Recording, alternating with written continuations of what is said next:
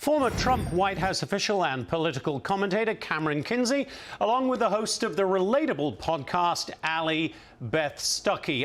Camryn, to you first. I would be remiss if I did not hand you a bottle of water to keep you hydrated. I'm surprised you don't have a seatbelt for me in this chair. We thought about it, and we thought about putting a whole bunch of pillows around there. Camryn, as you can see, is gloriously upright and well. No thanks to me, according to the internet. Thank you very much for that, internet. But wouldn't you rather be rescued by a guy called Romeo than a guy called Jonathan? Yes, I had an amazing team, and I thank each and every one of you seriously for being there. Romeo Ballantyne, a great hero, always, every night here. Camryn, yeah. It's great to have you. So let's get to the serious stuff here. I want to play a quick clip of President Trump defending this issue of the Qatari plane as a gift. Here's the president.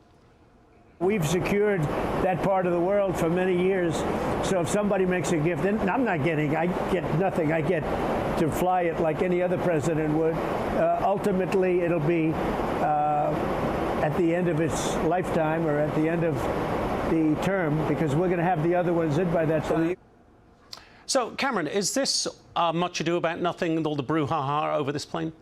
Well, look, I think President Trump is taking the right stance on this issue, and I'm just glad that we actually have a president that's able to answer the tough questions and who is being transparent, unlike President Biden was. President Trump has accomplished more than in this term than Biden has in his 4 years combined with his presidency. We saw this on his trip, demanding respect on a global stage. We had the Crown Prince welcoming President Trump, defying protocol just to welcome him. So I'm glad that we have a president who is, maintaining global dominance and restoring respect for Americans. Ali Beth, let me play a clip from Chuck Schumer here on what he views as the plane gift. He calls it more bribery. Listen here.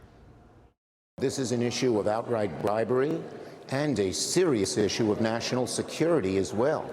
To let any foreign country donate, quote unquote, a 747 that is the presidential plane, Air Force One. That's the most sophisticated plane in the world, more than any other plane. What do you make of that complaint?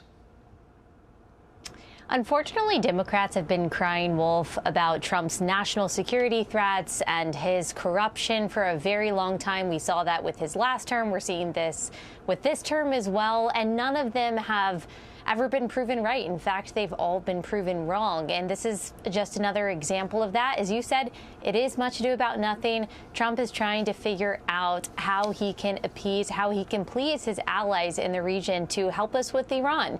And so he is figuring out how this is part of that calculation. This is a non-story as far as I'm concerned. All right, let's get to something that isn't perhaps a non-story, Camryn.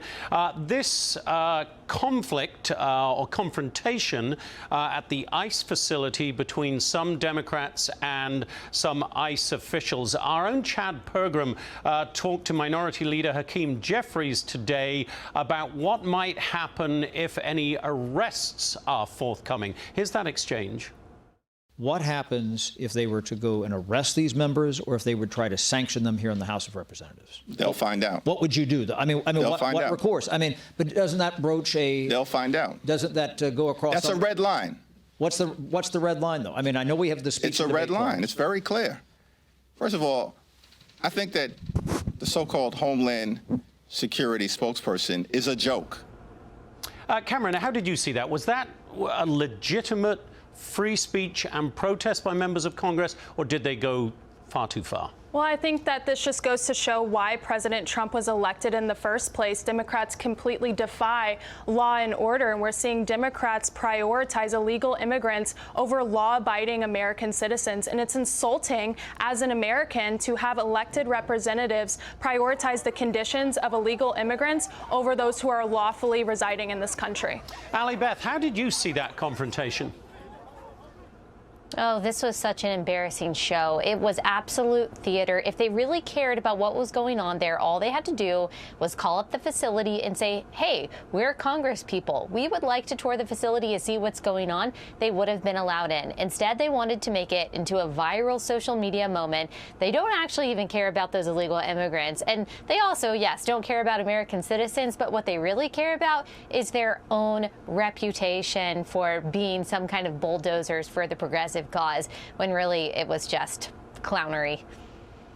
And Ali Beth, I'll stick with you. I got 20 seconds for each of you here. Inflation numbers look pretty good today. All those naysayers who said the economy was in the I won't say where they said it was, but it's looking a lot better than the naysayers thought. Ali Beth.